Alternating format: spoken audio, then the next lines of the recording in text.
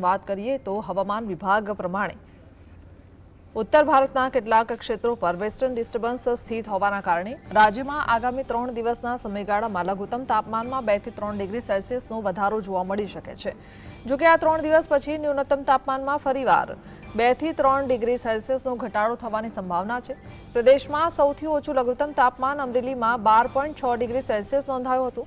અમદાવાદ અને તેની આસપાસના ક્ષેત્રોમાં તાપમાન 15 ડિગ્રી સેલ્સિયસની આસપાસ રહેવાની ધારણા છે।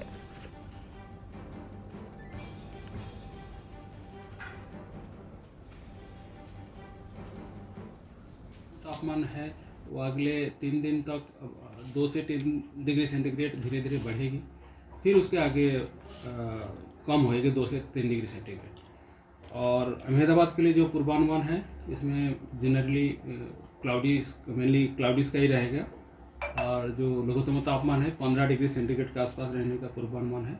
और जो सबसे कम तापमान रिकॉर्ड हुआ है लघुत्तम तापमान अमरेली में है वो है 12.6 डिग्री सेंटीग्रेड, जो नॉर्मल से -0.1 डिग्री सेंटीग्रेड नीचे है।